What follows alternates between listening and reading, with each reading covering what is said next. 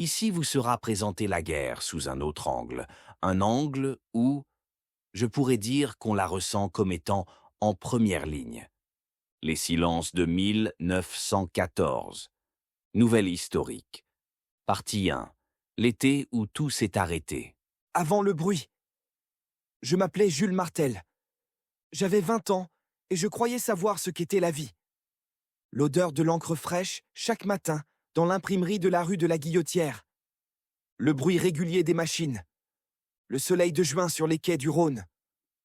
La robe bleue de Clara qui travaillait à la mercerie en face et qui riait trop fort.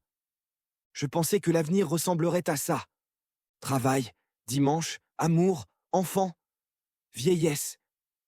Puis les cloches ont sonné. Le 2 août 1914, une affiche blanche est apparue sur la porte de la mairie. Mobilisation générale.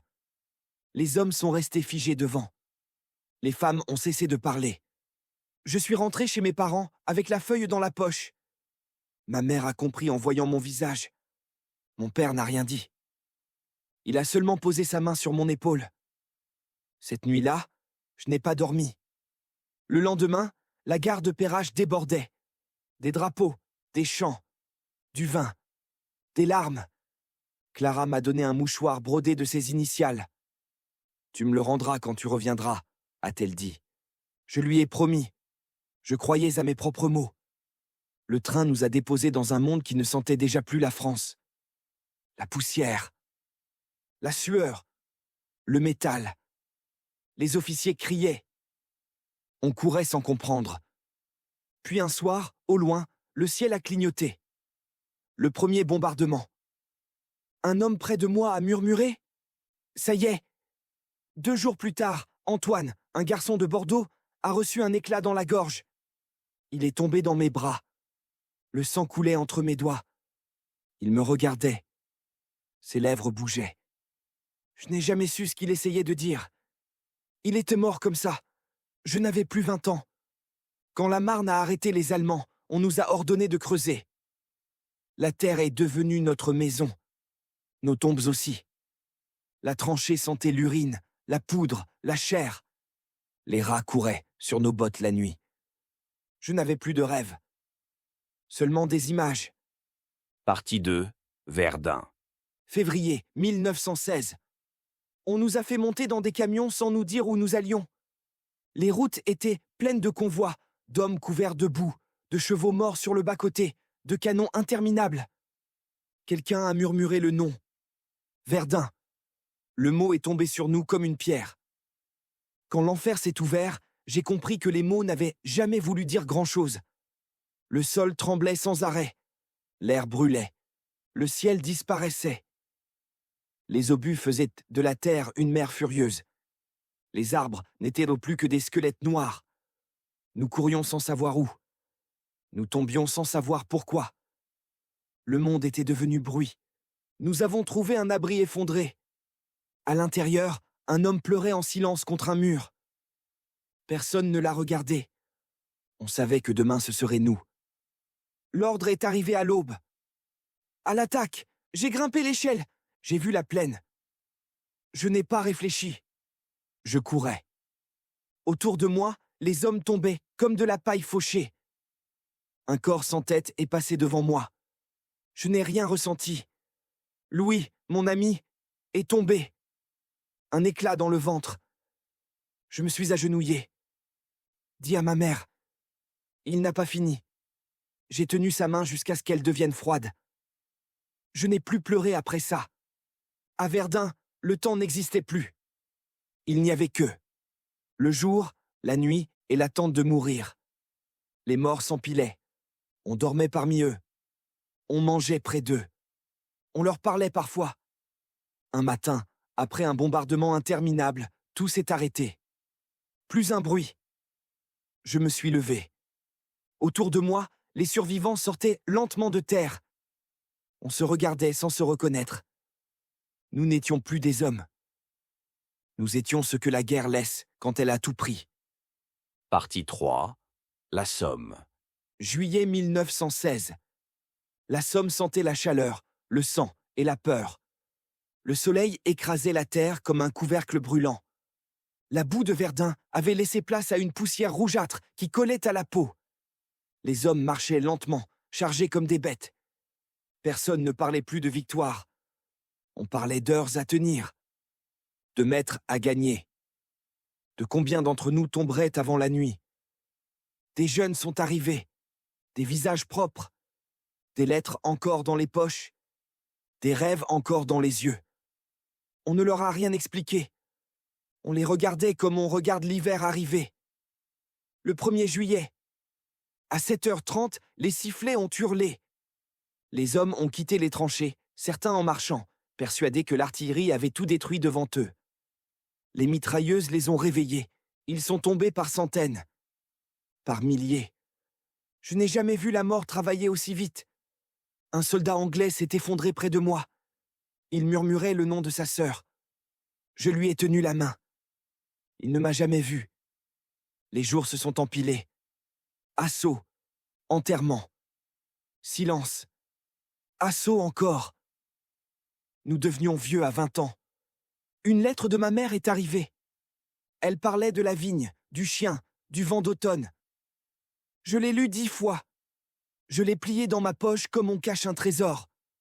Un soir, en regardant mes mains couvertes de terre et de sang, j'ai compris. La guerre ne nous tue pas seulement, elle nous transforme. Partie 4. 1917. La lassitude et la révolte. 1917 n'est pas arrivée comme une nouvelle année. Elle est arrivée comme une fatigue de plus. Les hommes ne comptaient plus les mois. Ils comptaient les visages disparus. Chaque matin ressemblait au précédent. Boue, odeur de poudre, gémissements lointains, ciel sans couleur. Même le silence était épuisé. En avril, on nous a promis la victoire. On nous a parlé de percées, de fin de guerre, de manœuvres brillantes. On y a cru, par besoin de croire. Puis nous avons attaqué. Les balles n'avaient rien entendu des discours. Les collines sont restées aux mains de l'ennemi. Nos camarades sont restés dans la terre. Un soir, quelqu'un a refusé de sortir de la tranchée. Puis un autre. Puis 100. Ce n'était pas de la lâcheté. C'était de l'épuisement pur. Ils chantaient doucement, pour couvrir la peur, pour couvrir la colère. La guerre venait de se fissurer. Les officiers ne criaient plus. Ils regardaient. Un regard vide, impuissant, presque humain. Certains comprenaient, d'autres faisaient arrêter les hommes. Des soldats ont été jugés. Quelques-uns fusillés. Nous ne les regardions pas mourir. Nous regardions la guerre mourir en nous. Des rumeurs sont arrivées de l'Est. Le tsar était tombé. Les soldats russes rentraient chez eux. Le monde ancien se fissurait. Si un empire pouvait s'effondrer, peut-être que cette guerre aussi. J'ai écrit à mon père, je ne sais plus pourquoi je me bats. Je sais seulement que je tiens debout pour ceux qui sont à côté de moi. Je n'ai jamais posté la lettre. Je l'ai gardée. Un soir, dans la tranchée, j'ai levé les yeux. Il n'y avait plus d'étoiles. Seulement des fusées éclairantes, blanches et froides, qui remplaçaient le ciel. C'est là que j'ai compris. Nous ne vivions plus sur la terre. Nous vivions dans la guerre. Partie 5. 1918. La dernière tempête. L'hiver 1917 à 1918 a été le plus froid que j'ai connu. Le gel entrait dans les os. La boue devenait pierre. Les corps restaient figés là où ils tombaient. Nous grelottions sans parler. La guerre nous avait appris l'économie des mots. En mars, le ciel s'est effondré. Jamais je n'avais entendu autant de canons. Le sol vibrait comme un cœur malade. Les Allemands ont attaqué à l'aube. Ils avancèrent dans la brume, silhouette grise surgie du néant. Nous tirions sans viser. Eux aussi. La ligne a cédé. Nous avons reculé. Pour la première fois depuis des années, la guerre bougeait.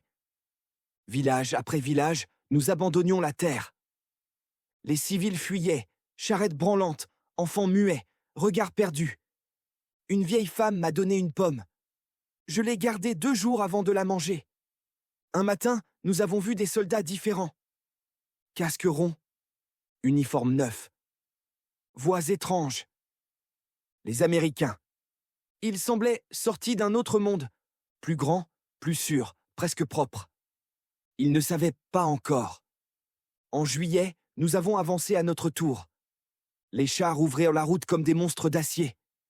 Les avions bourdonnaient au-dessus de nous. Cette fois, c'était l'ennemi qui reculait. Mais la victoire n'avait pas de goût. Seulement de la fatigue. J'ai fait prisonnier un Allemand. Il tremblait. Il avait 17 ans. Je lui ai donné de l'eau. Il a souri. Ce sourire me hante encore. À l'arrière, les empires tombaient. L'Autriche se brisait. La Turquie disparaissait. L'Allemagne vacillait. La guerre avait commencé avec des rois. Elle allait finir sans eux. En octobre, nous avons attaqué encore. Plus lentement. Plus prudemment. Comme des hommes qui savent que le monstre est mourant. Les Allemands ne résistaient presque plus. Beaucoup se rendaient. Ils avaient faim, comme nous. Ce matin-là, à 11 heures, le monde s'est arrêté. Pas un coup de feu. Pas un cri. Un silence énorme. Personne n'osait parler. Puis quelqu'un a enlevé son casque. Puis un autre. Je me suis assis. Et j'ai pleuré. Nous sommes sortis des tranchées. Nous avons regardé le champ de bataille. Comme on regarde une tombe immense. La guerre était finie. Mais nous ne savions pas encore ce que nous avions perdu. Épilogue. Ce qui reste. Je suis rentré chez moi en janvier 1919. Le train roulait lentement à travers un pays que je reconnaissais à peine. Les gares étaient pleines d'hommes maigres, silencieux, cassés. Quand je suis descendu, ma mère m'attendait. Elle m'a serré longtemps contre elle. Je ne savais pas quoi faire de mes bras. La maison était plus petite que dans mon souvenir. Les murs semblaient trop proches. Je dormais mal. Chaque bruit était un obus. Chaque silence, un cimetière. Je me levais la nuit pour vérifier que le sol ne tremblait pas. Le village avait changé. Sur la place, une plaque neuve portait des noms. Beaucoup de noms. J'y ai cherché les visages. Paul. Émile. Henri. Louis. Je leur parlais parfois à voix basse. Les gens voulaient tout tourner la page. Ils parlaient d'avenir, de reconstruction, d'espoir. Moi, je comptais les morts. Je ne supportais plus la foule. Ni les feux d'artifice. Ni les portes qui claquent. Un jour, j'ai revu Jeanne. Elle avait attendu. Elle avait vieilli aussi. Nous avons marché longtemps sans parler. Puis nous avons recommencé à vivre. Doucement. Je n'ai jamais raconté tout. Comment pourrais-je expliquer l'odeur? La boue? Les yeux de ceux qui mouraient? La guerre ne s'explique pas. Elle s'imprime.